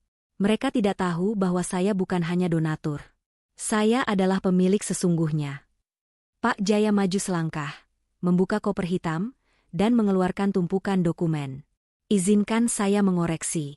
Aina bukan CEO Astra Konstruksi. Dia adalah pendiri, pemilik tunggal, dan Dewan Komisaris Utama Astra Konstruksi. Proyek Mahkota Teratai hanya memiliki 30% sahamnya sendiri. 70% saham lainnya dipegang oleh perusahaan holding atas nama Nyonya Aina, yang didanai sepenuhnya oleh Astra Konstruksi. Tanpa dana ini, perusahaan Anda, Tuan Rian, hanyalah shell company yang kosong. Rian menjerit, tidak mungkin. Kau membohongiku. Kau berbohong padaku selama ini. Aina menatap Rian dengan tatapan kosong. Bohong? Aku hanya tidak mengatakan yang sebenarnya. Kau, Rian, kau yang membohongi dirimu sendiri. Kau terlalu sombong untuk melihat bahwa wanita yang kau anggap rendah ini bisa jauh lebih sukses darimu. Kau terlalu pengecut untuk membela martabatku saat ibumu merendahkanku. Kau bahkan bilang, rambut bisa tumbuh lagi. Jangan manja. Air mata Rian mulai menetes. Tetapi itu adalah air mata kemarahan dan kehilangan finansial. Aku bisa perbaiki ini, Aina. Kita menikah sekarang. Aku akan membelikanmu perusahaan yang lebih besar dari Astra. Aku minta maaf. Kita bisa tanda tangani kontrak baru. Terlambat, Rian, jawab Aina, menggelengkan kepalanya. Saya sudah memutuskan. Perjanjian investasi kita memiliki klausul yang mengizinkan penarikan dana sepihak jika terjadi pelanggaran moral atau penghinaan ekstrim terhadap investor. Pemotongan rambutku saat aku tidur, dan kata-kata kejamu yang mendukungnya, adalah pelanggaran ekstrim. Dan, keadilan, yang kalian berikan padaku, akan saya kembalikan berkali-kali lipat. Aina menoleh pada Buskar, yang kini hanya mampu berdiri diam, wajahnya pucat pasi. Buskar, Anda ingin saya tahu tempat saya? Tempat saya adalah di puncak, memimpin perusahaan yang jauh lebih besar dari yang bisa Anda bayangkan. Anda ingin saya tunduk? Saya tidak tunduk. Saya menuntut pertanggungjawaban. Aina memberikan isyarat kepada Pak Jaya. Pak Jaya segera mengumumkan, properti mahkota teratai, yang saat ini dalam status default karena penarikan dana mendadak, akan segera disita oleh kreditur. Semua aset yang dibeli dengan dana Astra Konstruksi akan ditarik kembali. Ini termasuk rumah mewah Anda, Buskar, mobil mewah Anda, dan semua kemewahan yang Anda nikmati selama ini. Dira, yang tadinya hanya merengek, kini berteriak histeris. Tidak, itu rumahku. Aku yang mendekorasinya. Kau tidak bisa mengambilnya. Aina hanya memandang Dira. Anda hanya mendekorasi, Dira. Saya yang membayarnya. Dan sekarang, saya yang mengambilnya kembali. Aina kemudian mengeluarkan surat resmi dari saku blazernya, diserahkan kepada Rian. Ini adalah gugatan cerai, Rian. Ditambah laporan ke polisi atas penyerangan yang disengaja. Jangan khawatir, kerugian finansialmu akan jauh lebih menyakitkan daripada tuntutan penjara. Rian merosot ke lantai, memegangi surat gugatan itu. Buskar roboh di sampingnya. Mereka menyadari, mereka tidak hanya kehilangan calon menantu yang mereka remehkan, tetapi juga seluruh hidup mereka. Aina membalikkan badannya, meninggalkan Rian dan keluarganya dalam kehinaan total di tengah ratusan tamu yang menjadi saksi. Ia berjalan keluar dari ballroom itu, kepalanya botak, tetapi ia kini mengenakan mahkota yang tak terlihat. Mahkota kebebasan, integritas, dan kekuatan yang sesungguhnya. Rian, Buskar, dan Dira meninggalkan ballroom mewah itu dalam kondisi terburuk yang pernah mereka alami. Mereka tidak lagi menjadi pusat perhatian yang dihormati, mereka adalah tontonan yang memalukan. Ratusan pasang mata, yang tadinya menanti pesta pernikahan megah, kini menatap mereka dengan rasa kasihan, ejekan, dan penghakiman. Mereka bergegas keluar, menghindari tatapan tajam para kolega dan investor yang kini tahu bahwa mereka baru saja berurusan dengan perusahaan cangkang kosong. Begitu berada di mobil, tidak ada yang bicara. Keheningan itu jauh lebih menyiksa daripada teriakan apapun. Buskar, yang biasanya mendominasi, kini hanya bisa menatap keluar jendela dengan tatapan kosong. Rian menyetir dengan kecepatan tinggi, emosinya berada di ambang batas. Kita sudah selesai, gumam Rian, suaranya parau. Kita hancur. Aina, dia menghancurkan kita. Dia siapa? Teriak Buskar tiba-tiba, suaranya pecah. Dia hanya gadis miskin yang pura-pura kami kasihani. Dari mana dia mendapatkan perusahaan itu? Mengapa kita tidak pernah tahu? Itu karena kesombongan kita, Bu, teriak Rian balik, membenturkan tangannya ke setir. Kita terlalu sombong untuk melihat dia lebih dari sekadar gadis cantik tanpa modal. Kita tidak pernah memeriksa detail perjanjiannya. Kita hanya melihat angka yang ia janjikan. Kita mengira kita menipu dia, padahal dialah yang selama ini mengendalikan kita. Dira, yang duduk di belakang, mulai terisak-isak. Aku benci dia. Aku yang paling membencinya. Aku akan merusak hidupnya. Aku akan. Tutup mulutmu, Dira, bentak Buskar, menoleh tajam. Justru kamu. Kamu dan ide konyolmu untuk memotong rambutnya. Itu adalah pemicunya. Kalau saja kamu tidak mencarikan masalah itu, dia akan tetap menjadi menantu kita. Kita akan tetap kaya. Mendengar tuduhan itu, Dira semakin histeris. Keluarga Darmawangsa kini saling menyalahkan di tengah mobil mewah yang mungkin sebentar lagi bukan milik mereka. Tepat saat itu, ponsel Rian berdering. Itu adalah nomor yang tidak ia kenal. "Halo?" jawab Rian dengan nada kasar. "Tuan Rian Darmawangsa, saya dari Bank Properti Sejahtera." Suara di ujung telepon terdengar tegas dan dingin. "Kami baru saja menerima notifikasi penarikan dana terbesar dari rekening proyek Mahkota Surga. Semua dana operasional dan jaminan bank telah dibekukan. Kami harus meminta Anda untuk segera melunasi pinjaman sisa dan mengosongkan kantor pusat dalam waktu 24 jam. Properti tersebut, termasuk rumah yang Anda tempati, telah diagunkan sebagai jaminan." Rian menjatuhkan ponselnya ke lantai mobil. Pucatnya kini berubah menjadi abu-abu. "Mereka mengambilnya. Mereka mengambil kantornya dan rumah kita," bisik Rian, suaranya nyaris tak terdengar. "Tidak. Tidak mungkin." Bu Sekar meraih ponsel Rian, melihat layar yang menunjukkan panggilan terputus. "Rumah ini adalah warisan keluarga. Kita sudah tinggal di sana selama 30 tahun. Aina tidak bisa mengambilnya." "Aina tidak mengambilnya, Bu," kata Rian, tertawa miris. "Ban yang mengambilnya. Rumah itu diagunkan saat kita mengajukan pinjaman jumbo untuk proyek Mahkota Surga, proyek yang didanai oleh Astra Konstruksi. Sekarang dana itu hilang, jaminan kita hangus." Mereka memutar mobil, membatalkan niat untuk kembali ke rumah seolah semua baik-baik saja. Karena mereka tahu, mereka tidak punya rumah untuk kembali. Mereka memacu mobil ke kantor hukum Pak Jaya, satu-satunya tempat yang mereka pikir bisa memberikan jawaban. Namun, di depan gerbang mewah kantor hukum itu, sudah ada pengumuman penyitaan yang ditempelkan di pintu. Aina sudah lebih dulu bertindak. Rian keluar dari mobil, wajahnya putus asa. Ia melihat ke sekeliling, dan matanya tertuju pada mobil taksi mewah yang berhenti di seberang jalan. Di dalamnya, ia melihat Santi, sahabat Aina. Dan di sampingnya, duduk seorang wanita yang ia kenal. Aina, Rian, Bu Sekar, dan Dira berlari menyeberangi jalan, menghampiri mobil itu. "Aina, tunggu!" teriak Rian. Aina menurunkan kaca jendela mobil. Ekspresinya sama sekali tidak terpengaruh. Di sebelahnya, Santi tersenyum kemenangan. "Aina, kumohon, jangan lakukan ini. Aku minta maaf. Aku tidak tahu kamu sekuat ini. Aku minta maaf atas nama Ibu dan Dira. Kami akan mengembalikan martabatmu. Kami akan membelikanmu wig termahal, kami akan bersujud. Kita menikah sekarang, dan semua ini akan selesai." Rian memohon, suaranya bergetar. Penyesalannya murni karena kehilangan kekayaan, bukan karena cinta. Aina hanya memandangnya dengan tatapan datar.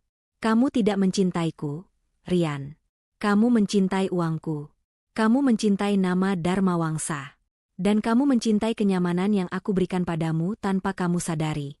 Rambut bisa tumbuh lagi, katamu. Sekarang, aku menantangmu. Bisakah kekayaanmu yang hilang tumbuh lagi, Rian? Aku akan mencarinya. Aku akan bekerja keras. Aku akan..." Bu Sekar, di samping Rian, tiba-tiba memotong. "Aina, aku mohon padamu sebagai seorang ibu. Kami akan menjadi miskin. Kami tidak punya tempat tinggal. Kami akan dipermalukan. Kasihanilah kami." "Kasihan?" Aina membalas, mengangkat sedikit bahunya yang berbalut blazer elegan. "Di mana rasa kasihanmu saat kamu memotong rambutku? Di mana rasa kasihanmu saat Rian bilang aku, jangan manja? Kalian ingin keadilan, dan sekarang kalian menerimanya. Kalian kehilangan rumah, kantor, dan aset. Aku hanya kehilangan rambut. Tapi, aku mendapatkan kembali harga diriku dan kekuatan sejatiku." Aina kemudian memberikan kartu nama Astra Konstruksi yang mengkilap kepada Rian. "Hubungi Pak Jaya untuk mengatur jadwal penyerahan semua properti. Mulai hari ini, kamu tidak punya apa-apa lagi selain nama Darmawangsa yang tercemar. Selamat menikmati keadilan yang kalian ciptakan sendiri." Aina menarik kaca jendela mobil, tidak memberikan kesempatan lagi. Mobil itu melaju perlahan, meninggalkan Rian, Bu Sekar, dan Dira yang kini hanya bisa berdiri di pinggir jalan, memandangi kekayaan yang menjauh dari mereka, tanpa daya. Mereka baru menyadari, di hari yang seharusnya menjadi hari pernikahan yang mewah, mereka justru kehilangan segalanya, disingkirkan oleh wanita yang mereka anggap terlalu rendah untuk berada di keluarga mereka. Kehilangan materi itu nyata, menusuk, dan tak terhindarkan. Beberapa minggu berlalu sejak insiden pernikahan yang berubah menjadi pengumuman kebangkrutan. Di sebuah lokasi konstruksi superblok baru di jantung kota, Aina berdiri di atas rooftop yang masih berupa kerangka beton. Ia tidak lagi mengenakan blazer yang tajam, melainkan safety vest dan helm konstruksi. Kepalanya yang botak kini mulai ditumbuhi rambut-rambut halus yang pendek, terlihat edgy dan profesional. Di sebelahnya, Santi, sahabatnya yang setia, tersenyum bangga. Di hadapan mereka terbentang pemandangan kota yang luas, dan di bawah mereka, sebuah papan besar bertuliskan, Headquarter baru Astra Konstruksi, Proyek Keadilan Sejati. Lihatlah dirimu, Aye, kata Santi, menyenggol lengannya. Dari calon pengantin yang terhina, menjadi ratu konstruksi yang botak dan menakutkan. Mereka mengira mereka menghancurkanmu, tapi mereka justru memberimu panggung. Aina tersenyum, senyum yang tulus, tanpa kepura-puraan yang selama ini ia gunakan di depan keluarga Dharma Wangsa. Mereka memberiku keberanian, San. Selama ini aku bersembunyi di balik status, calon istri Rian. Sekarang, aku berdiri sebagai diriku sendiri, sebagai Aina dari Astra Konstruksi. Aku tidak perlu lagi memohon restu atau pengakuan dari siapapun. Kekuatan Aina kini sepenuhnya terpusat pada pembangunan kembali Astra Konstruksi. Dengan terungkapnya identitasnya, perusahaan itu berkembang pesgangan pesat. Kontrak-kontrak baru berdatangan, tertarik pada keberanian dan kecerdikan CEO misterius yang berani melawan keluarga properti terbesar di kota. Kepala botaknya justru menjadi simbol kemandirian dan integritas. Wartawan menyebutnya, The Bald Boss, bos botak yang tak gentar, dan kisah pembalasannya menjadi legenda di kalangan elit bisnis. Aina tidak lagi melihat insiden pemotongan rambut itu sebagai luka, melainkan sebagai mahkota yang dimenangkan melalui perang harga diri. Sementara Aina menikmati babak baru kebebasannya, kehidupan Rian, Bu Sekar, dan Dira telah berubah total menjadi mimpi buruk. Keluarga Dharma Wangsa benar-benar kehilangan rumah megah mereka. Proses penyitaan dilakukan dengan cepat dan brutal. Mereka diusir secara paksa. Semua barang mewah yang dibeli dengan dana Astra Konstruksi disita, termasuk mobil mewah Rian, perhiasan Bu Sekar, dan koleksi furnitur desainer milik Dira. Mereka bahkan harus menyaksikan ketika gunting yang digunakan untuk memotong rambut Aina, yang ditemukan di tempat sampah kamar tamu, dimasukkan sebagai barang bukti untuk gugatan penyerangan Aina. Mereka terpaksa pindah ke sebuah kontrakan kecil di pinggiran kota, jauh dari kehidupan mewah dan lingkungannya yang glamor. Bu Sekar, yang sepanjang hidupnya dikelilingi pelayan dan kemewahan, kini harus mencuci piring sendiri dan berbelanja di pasar tradisional. Sebuah kehinaan yang tak terbayangkan baginya. Rian, pria yang dulunya direktur utama yang sombong, kini hanya pengangguran yang dililit hutang. Reputasinya hancur total. Setiap pintu perusahaan yang ia ketuk ditutup di depannya. Semua orang mengenalnya sebagai pria pengecut yang membiarkan ibunya mempermalukan istrinya, dan yang paling parah, sebagai pebisnis bodoh yang tidak tahu bahwa perusahaannya sebenarnya dimiliki oleh calon istrinya sendiri. Suatu sore, saat Rian mencoba mencari pekerjaan di sebuah kedai kopi, ia secara tidak sengaja mendengar dua rekan bisnisnya berbicara. "Kau dengar tentang si Rian Dharma Wangsa? Kasihan sekali," kata salah satu. "Kasihan? Tidak. Dia pantas mendapatkannya. Istrinya itu The Bald Boss, wanita hebat. Bayangkan, dia berani tampil botak di depan umum." Rian meremehkan seorang jenius hanya demi patuh pada ibunya yang gila.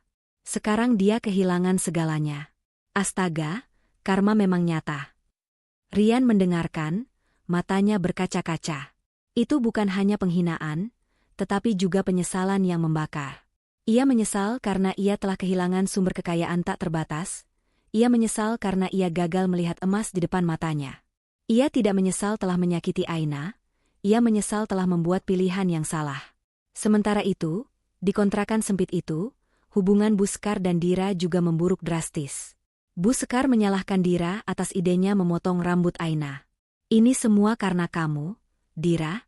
Jika kamu tidak cemburu padanya, kita masih punya rumah. Aku harus tinggal di tempat kotor ini, teriak Bu Sekar, yang kini tampak menua dan kelelahan. Aku hanya membantu ibu. Ibu yang menyuruhku mengambil gunting. Ibu yang bilang itu, keadilan. Ibu hanya iri pada rambut Aina. Balas Dira, yang kini harus bekerja sebagai pelayan toko untuk membayar sewa. Pertengkaran itu menjadi pemandangan harian. Kemewahan mereka telah hilang, dan tanpa kemewahan, tidak ada lagi cinta atau kesetiaan yang menyatukan keluarga mereka. Suatu hari, Santi menelepon Aina. "Aye, aku baru saja melihat Dira. Dia bekerja di sebuah toko pakaian murahan. Dia terlihat hancur." Aina hanya diam. "San, aku tidak ingin mendengar lagi tentang mereka. Mereka sudah mendapatkan apa yang mereka inginkan, keadilan. Sekarang, fokus kita adalah Astra Konstruksi. Aku harus memenangkan tender proyek Megacity, proyek yang tadinya akan dipegang oleh properti mahkota teratai." Namun, di dalam hatinya, Aina tahu bahwa meskipun ia sudah membalas dendam, proses healing masih panjang. Kepala botaknya adalah pengingat harian akan pengkhianatan itu. Ia tidak ingin lagi ada drama. Ia hanya ingin ketenangan, keberanian, dan kesuksesan yang ia bangun sendiri. Ia telah menutup pintu masa lalunya, tetapi sisa-sisa kehancuran Dharmawangsa masih terasa di udara. Rian Dharmawangsa kini hidup dalam lingkaran keputusasaan.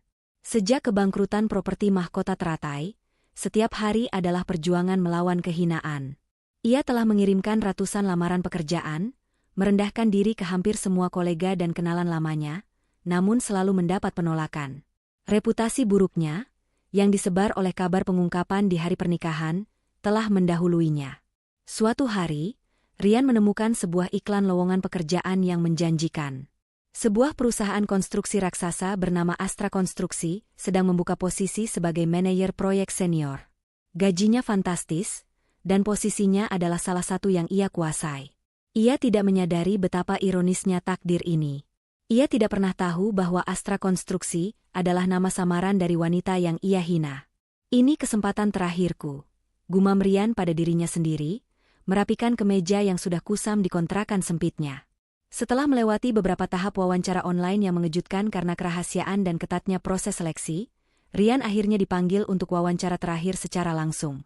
Lokasinya adalah gedung perkantoran mewah yang baru diresmikan, yang menjulang tinggi di pusat kota.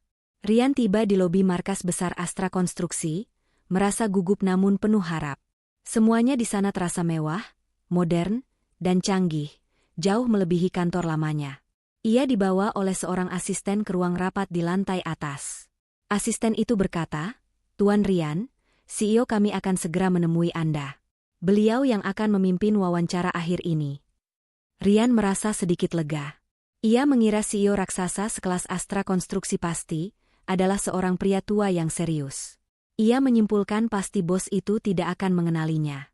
Ia duduk, mencoba menenangkan sarafnya, sambil menyiapkan jawaban terbaik untuk meyakinkan bos besar itu. Pintu geser otomatis terbuka, dan seseorang masuk ke dalam ruangan. Rian berdiri dan berbalik, siap untuk menyapa. Namun, semua kata-kata, semua kesombongan lama, dan semua harapan yang ia bawa langsung hancur berkeping-keping di tenggorokannya. Berdiri di hadapannya, memancarkan aura kekuasaan yang tak terbantahkan, adalah Aina. Ia mengenakan setelan putih yang elegan, menonjolkan kulitnya yang bersih.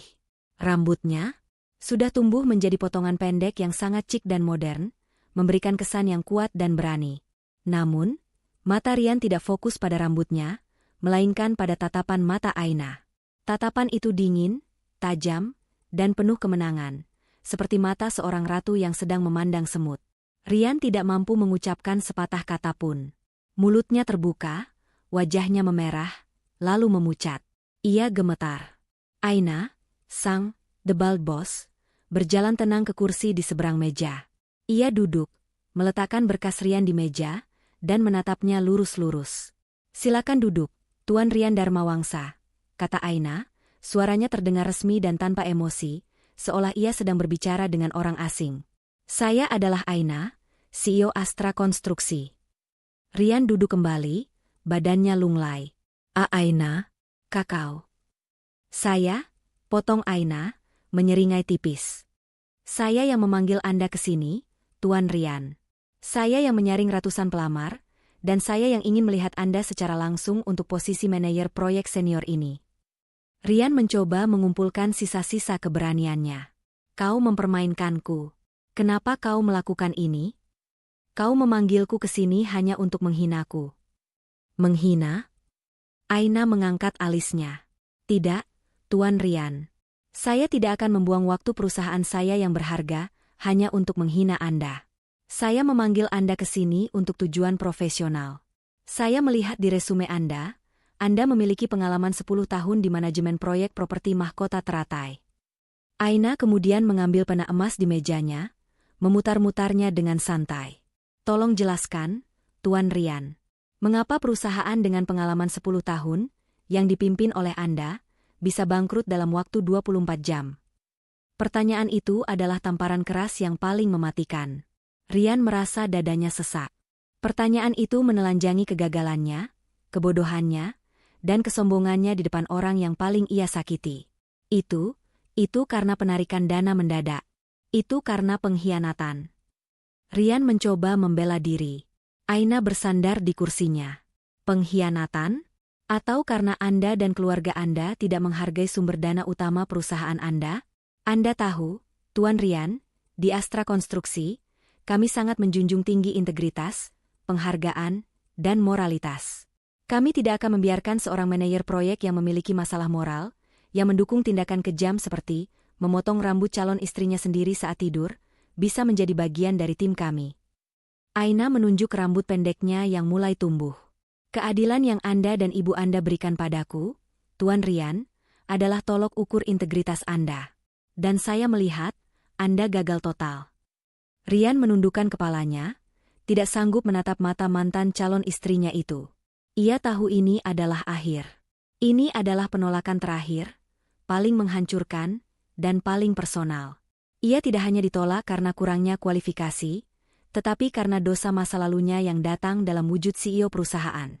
Tolong, Aina, bisik Rian, suaranya putus asa, aku mohon padamu. Aku butuh pekerjaan. Ibu dan Dira, mereka hancur. Mereka tidak punya apa-apa. Aina berdiri, menandakan wawancara telah berakhir. Ia tidak menunjukkan rasa kasihan sedikitpun, hanya profesionalisme yang dingin. Saya berterima kasih atas waktu Anda, Tuan Rian. Kami akan mempertimbangkan lamaran Anda, kata Aina, menggunakan kalimat penolakan standar yang paling kejam. Namun, saya harus katakan, kami memiliki standar yang sangat tinggi, terutama untuk moralitas. Silakan keluar melalui pintu di sebelah kiri. Asisten saya akan mengantar Anda. Rian bangkit, tubuhnya terasa berat. Ia berjalan ke pintu yang ditunjukkan Aina, tidak berani berbalik. Saat ia membuka pintu, ia mendengar suara Aina lagi. Oh, dan Tuan Rian, panggil Aina. Rian berbalik dengan cepat, berharap ada sedikit belas kasihan. Aina tersenyum kecil. Saya harap Anda menemukan keadilan yang Anda butuhkan di luar sana. Sekarang, giliran Anda yang merasakan bagaimana rasanya kehilangan segalanya dan harus tumbuh kembali dari nol. Rian keluar dari markas Astra Konstruksi, bukan sebagai manajer proyek senior, melainkan sebagai pria yang baru saja dihakimi dan dihukum oleh mantan calon istrinya sendiri. Ia berjalan di tengah keramaian kota, menyadari bahwa ia tidak bisa lari dari Astra Konstruksi, karena Astra Konstruksi adalah Aina, dan Aina adalah keadilan yang harus ia tanggung selamanya. Beberapa bulan setelah penolakan mematikan di kantor Astra Konstruksi, kehidupan Rian Darmawangsa mencapai titik terendah. Ia tidak lagi peduli pada kemewahan yang hilang. Kini, ia berjuang melawan kelaparan dan rasa dingin yang menusuk. Ia tinggal di sebuah kamar kos kecil, jauh dari ibunya dan Dira, yang juga sudah pindah dari kontrakan mereka karena tidak mampu membayar sewa. Rian, Bu Sekar, dan Dira, kini hidup terpisah, dihukum oleh kemiskinan dan rasa saling menyalahkan yang tak berujung. Bu Sekar, mantan matriarki yang sombong, kini bekerja sebagai pencuci piring di sebuah restoran murah. Tangannya yang dulu selalu terawat dan penuh perhiasan, kini kasar, pecah-pecah, dan berbau amis. Ia menghabiskan sisa energinya untuk meratap. Setiap hari ia akan melihat ke cermin dan membayangkan gaun sutra mewahnya yang dulu. Ia menyadari bahwa bukan Aina yang mengambil kehidupannya. Ia sendiri yang membuangnya. Ia menukar kemewahan abadi dengan kepuasan sesaat memotong rambut seseorang. Penyesalannya sangat menyakitkan. Penyesalan atas kesalahan kalkulasi yang membuatnya kehilangan kekayaan, bukan penyesalan atas kekejaman yang ia lakukan. Dira, di sisi lain, yang dulunya adalah desainer trendsetter, kini hidup sebagai penjaga toko kelontong. Ia seringkali menangis di belakang kasir karena rasa malu yang mendalam. Ia melihat mantan teman-temannya melewati toko itu dengan mobil-mobil mewah, dan Dira harus menundukkan kepala. Ia berusaha keras untuk tidak berpikir tentang Aina, karena setiap kali ia memikirkannya, ia ingat betapa bodohnya ia memprovokasi wanita yang ternyata adalah sumber seluruh kemewahan mereka. Sementara itu, Rian benar-benar menjadi seorang gelandangan. Ia tidur di bangku taman, mencoba mencari makanan sisa. Penghinaan di Astra Konstruksi telah menghancurkan jiwanya. Ia tidak hanya kehilangan uang, tetapi ia kehilangan kesempatan terakhir untuk membuktikan dirinya, kesempatan yang justru diberikan oleh Aina sendiri. Suatu malam, Rian duduk sendirian di taman kota yang dingin. Ia kebetulan menemukan koran bekas yang tertiup angin. Matanya terpaku pada halaman depan. Ada foto besar Aina dengan rambut pendeknya yang keren, berdiri di samping Pak Jaya dan para menteri. Judulnya besar dan mencolok, Astra Konstruksi menangkan tender proyek Megacity senilai triliunan rupiah, menandai dominasi, The Bald Boss, di industri properti. Rian menatap foto itu lama sekali. Ia tidak lagi merasakan amarah, tetapi rasa kosong yang menusuk. Ia ingat kata-kata Aina, rambut bisa tumbuh lagi, bisakah kekayaanmu yang hilang tumbuh lagi, Rian? Penyesalan yang datang pada Rian saat itu bukanlah penyesalan atas uang, tetapi penyesalan yang jauh lebih buruk. Penyesalan karena kehilangan wanita berharga yang memilihnya di antara ribuan pria. Ia menyadari bahwa ia meremehkan seorang jenius, hanya karena ia pengecut dan patuh pada ibunya. Aina tidak pernah membutuhkan kekayaan keluarga Dharma Wangsa, Aina hanya ingin cinta dan rasa hormat yang tulus. Rian menyadari, ia tidak hanya kehilangan pernikahan, tetapi ia kehilangan seluruh masa depan gemilang yang seharusnya ia miliki, yang telah disiapkan oleh Aina. Penyesalan ini adalah penyesalan sejati atas hilangnya kesempatan dan cinta yang tidak ia hargai. Di tempat lain, di kantor Astra Konstruksi, Aina menatap pemandangan kota dari jendela markas barunya.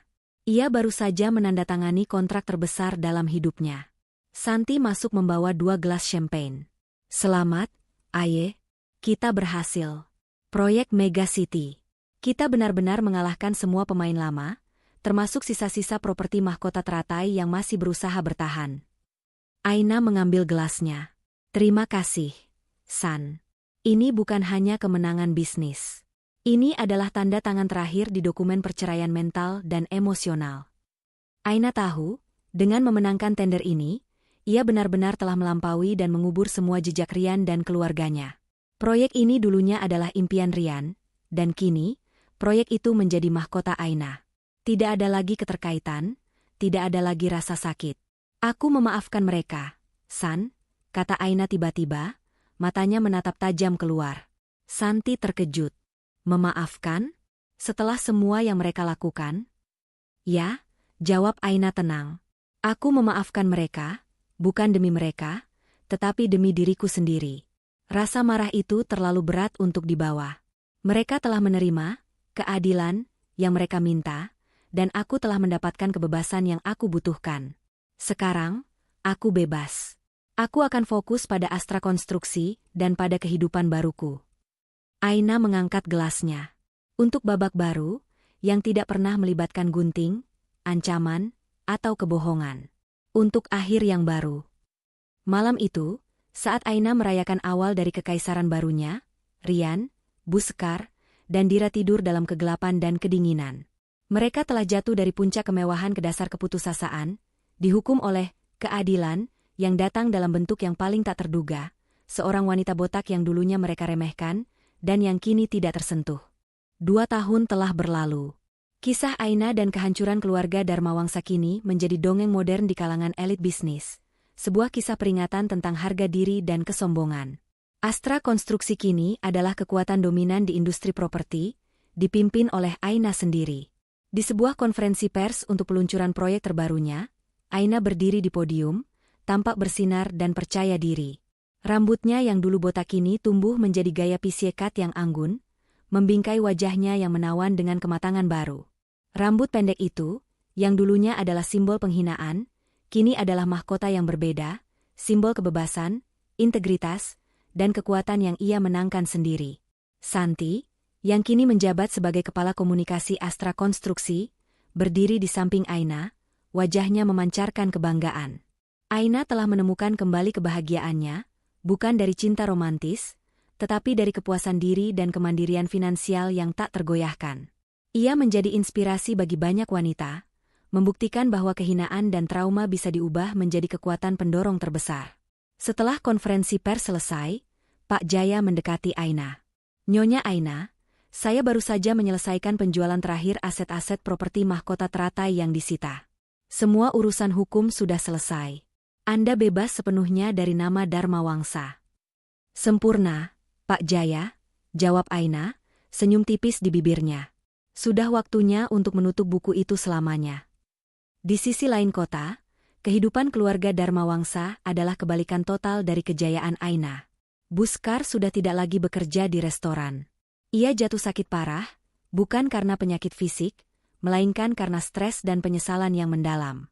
Ia menghabiskan hari-harinya di kamar kontrakan kecil yang kotor, dihantui oleh kenangan akan kemewahan yang hilang. Yang paling menyakitkan, ia sering mendengar berita tentang Aina di televisi, wanita botak yang ia hina, kini menjadi wanita paling sukses dan dihormati. Ia menyadari, terlambat, bahwa keadilan sejati memang datang, tetapi itu ditujukan kepadanya.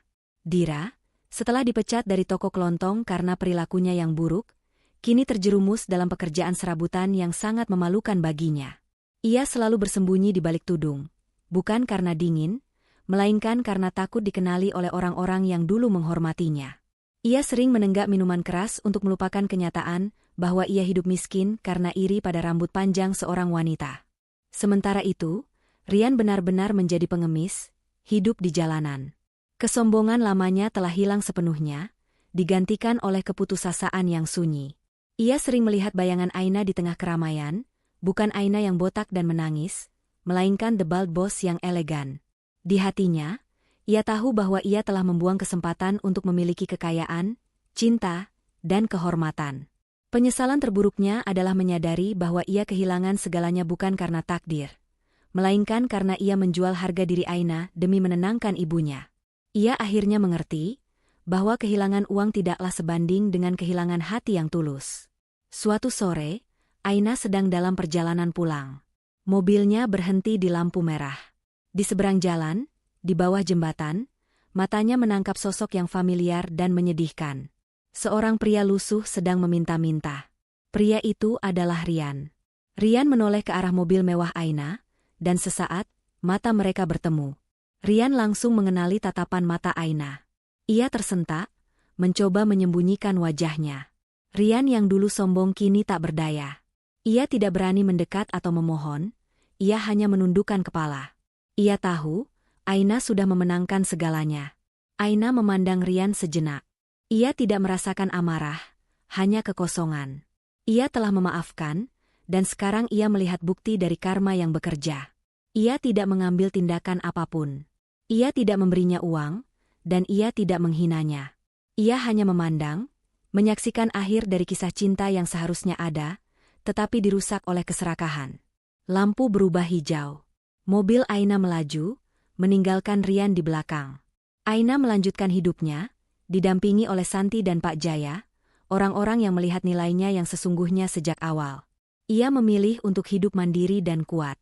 Kepala botaknya adalah cerita lama. Masa depannya adalah pembangunan dan kesuksesan yang tak terbatas. Ia tidak lagi mencari cinta yang merendahkan, karena ia tahu, mahkota terbaik yang ia miliki adalah harga dirinya dan kecerdasannya sendiri. Ia adalah bukti bahwa tidak ada yang bisa menghancurkan seorang wanita yang memiliki keyakinan pada dirinya sendiri. Harga diri dan integritas jauh lebih berharga daripada harta dan kecantikan fisik. Jangan pernah meremehkan seseorang, karena orang yang Anda anggap paling rendah bisa jadi adalah pemegang kunci takdir Anda.